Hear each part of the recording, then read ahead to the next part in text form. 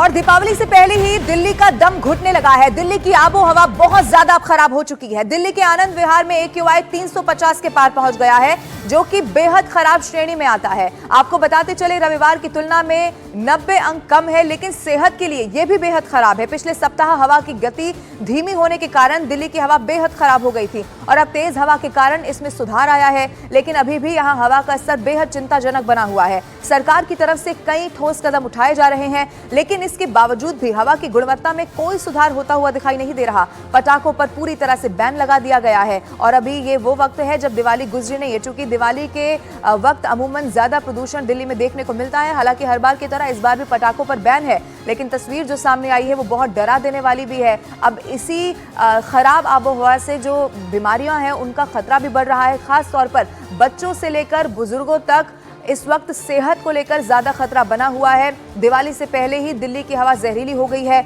आज भी कई जोन ऐसे रहे जहां पर AQI 300 से 4, जो कि बहुत खतरनाक श्रेणी में माना जाता है, वो दर्ज किया गया है। जो तस्वीरें सामने आई हैं उसमें धुंध की चादर साफ साफ देखी जा सकती है। आनंद विहार जब से ये प्रदूषण का लेवल बढ़ना शुरू हुआ है, आनंद विहार भी इससे बहुत ज्यादा प्रभावित दिखाई दिया। इसके अलावा इंडिया गेट से लेकर कालिंदी कुंज, तमाम दिल्ली के ऐसे इलाके जहां पर तस्वीर बिल्कुल वैसी ही दिखाई दे रही है। प्रदूषण इस वक्त बहुत ज्यादा बढ़ता हुआ नजर आ रहा है।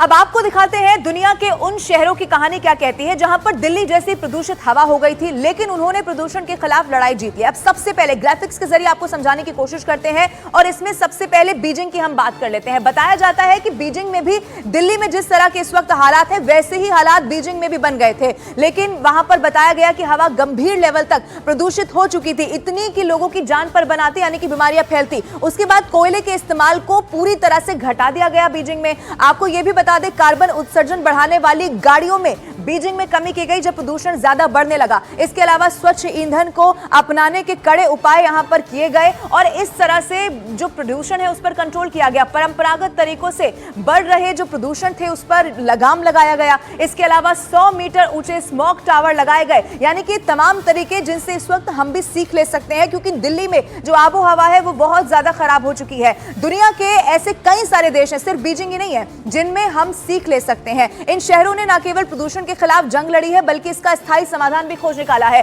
और इसी में देखिए एक और मैक्सिको की भी कहानी है। 1990 की बात है जब मैक्सिको को दुनिया का प्रदूषित शहरों में काउंट किया जाने लगा और उसके बाद आप देखिए कैसे प्रदूषण कम किया गया। प्रदूषण कम करने के लिए तकनीक में सबसे पहले बदलाव किया गया और इसी में गैसोलीन वाले जो ईंधन थे उसमें शीशे की मात्रा को घटाने की कोशिश की गई। सिर्फ इतना ही नहीं था, कार्बन उत्सर्जन करने वाले ऊर्जा स्रोतों का भी कम इस्तेमाल यहां पर होने लगा। फिर प्रदूषित इलाकों में कई ऑयल रिफाइनरी ऐसी रही जिनको बंद कर दिया गया। स्वच्छ ईंधन के विकल्पों को अपनाने पर जोर दिया गया, जिससे कि पोल्यूशन को कम किया जा सके। ठोस प्लान और लगातार जो सख्त कदम उठाए गए उससे प्रदूषण यहां पर कंट्रोल हो सका और इससे ऐसे वक्त में आपको बताना जरूरी इसीलिए क्योंकि दिल्ली के लिए भी इन शहरों से सीख ली जा सकती है।